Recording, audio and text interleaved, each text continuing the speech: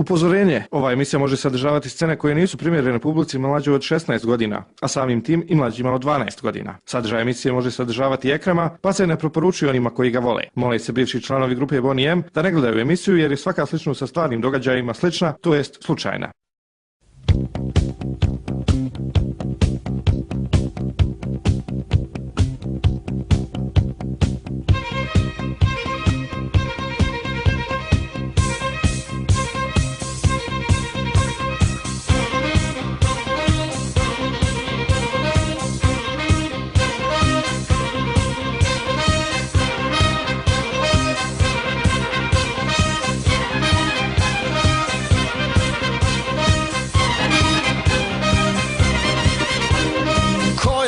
Tvrda glava, što do podne uvek spava.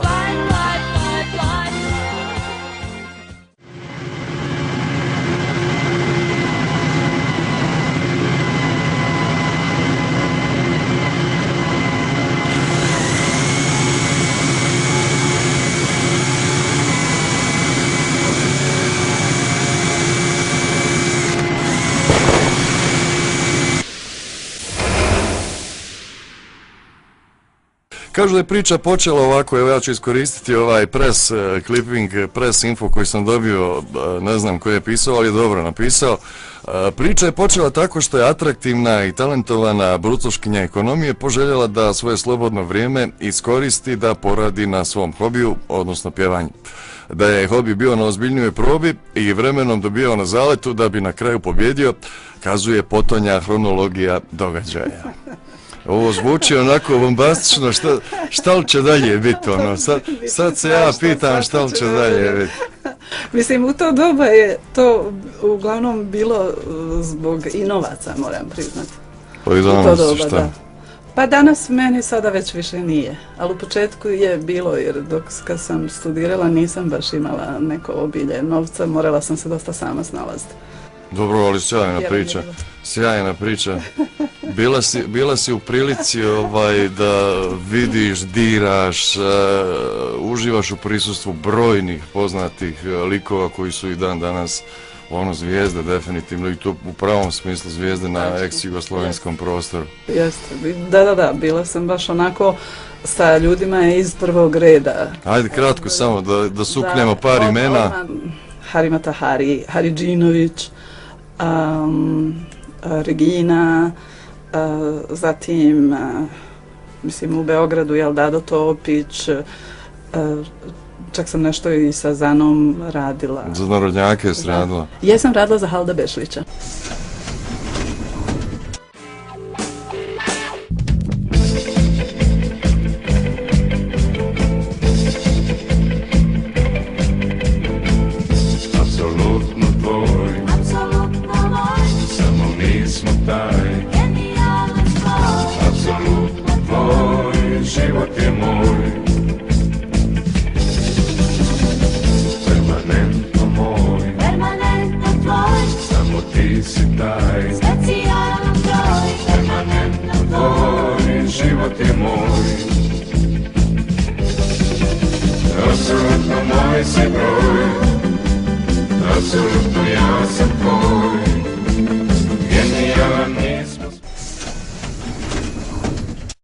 Od pre neki dan ima čudnu strast, frajer ima strogo vade ima, aha, to pjevam ja. Apsolutno moj si broj, apsolutno ja sam tvoj. Idemo mi na ličnu kartu, tako se zove prva rubrika majstorske radionice, lična karta. Ti imaš ličnu kartu? Imam. Fotografisat ćemo kasnije, ali prekrićemo u Photoshopu godinu rođenja. Ili nećemo, kako se dogovorimo? Ne krijem ja godinu. Godinu rođenja ne krijem, ali ne govorim. Naravno. Ime, prezime, nadimak. Ime Zumreta, prezime Midžić, a nadimka imam dva. Jedan je Zuzi, to je moj nadimak još iz djetinjstva i moja mama je Zuzi. Mene svi zovu Zuzi. A onda kad sam pjevala baš sa tim rockerima, oni su mi dali Zub. Mislim da je Amila i Goran da su me počeli tako prvi zvati. I sad me dosta zovu Zub. Dobro. Datum rođenja, rekli smo godina, ne mora? 1. decembar. 1. decembar. Strijelac. I to je još jedno od pitanja. Visina, težina i boja očiju. Wow. Metar 74, težina oko 62-3 kila, ne znam tačno tu negdje. Dobro. I oči smeđe. Smeđe. Pretpostavljam da smeđe, ne znam. Dimenzije? Dimenzije koje? Gore, dole. 40 inča, 20 inča. A u inčima ćemo ovaj put. Bračno stanje? Udata. Obrazovanje? Magistar ekonomije. Imali smo doktora nauka, ali magistra nismo imali Evo, radionice. ja sam magistar ekonomije i evo, žensko. I žensko i magistar. Zanimanje, profesija? Profesija trenutno pjevačica. Pevaljka. Pevaljka. Koliko stranih jezika govoriš? Uf.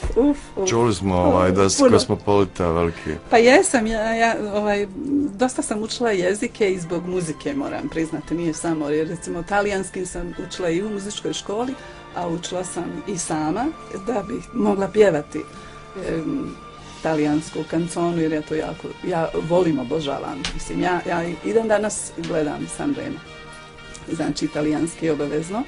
Engleski sam morao učiti u moje doba zbog Beatlesa, mislim, ja sam učila jer sam ih skidala.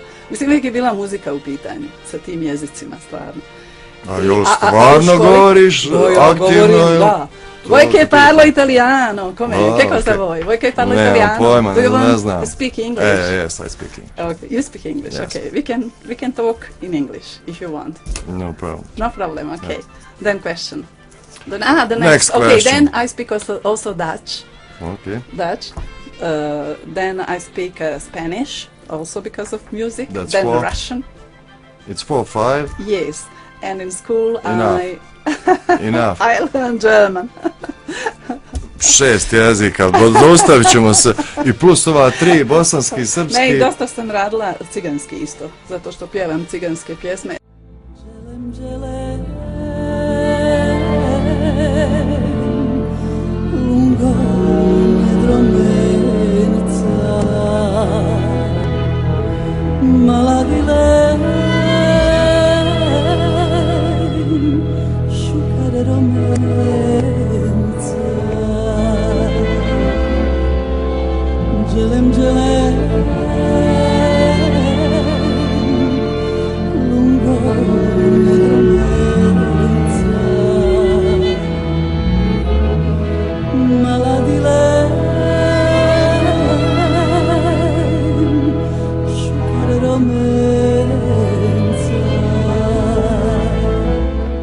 Najveći uspjeh u karijeri, ili još nisi postigla, ćemo sačekati s ovim pitanjem? Najveći uspjeh u karijeri je magistarski definitivno, jer ja ipak sebe smatram prvo da sam ekonomista i imam i radni staž. Radila sam 14 godina u izvršnom vijeću na Marin dvoru kao savjetnik za turizam, trgovinu, ugostiteljstvo.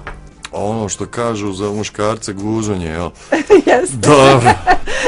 Ne biste vjerovali, ali ja sam to radila. Dobro, u vijeću se radilo. Jeste, prije rata ja sam tamo radila. Vrline? Vrline, iskrenost. Po meni je to vrline. Dovoljno, apsolutno. Mane? Mane, možda nekad da sam brzopleta. Možda mi je to mana. Impulsivna, ovako. Da, možda je to mana. Pa možda. Poroci? Pa nemam nešto, nekih ja poroka, ja sam i bila neko mirno čeljade, dosta kontrolisano, nema ništa, jednom sam se u životu napila, recimo, baš onako nemam poroka. Jel ti treba? Da mi posadiš ti. Radio Istočno Sarajevo 105,6 MHz. Iz principa. Tvoj tip muškarca, evo ga sad dolazimo na ozbiljnija pitanja.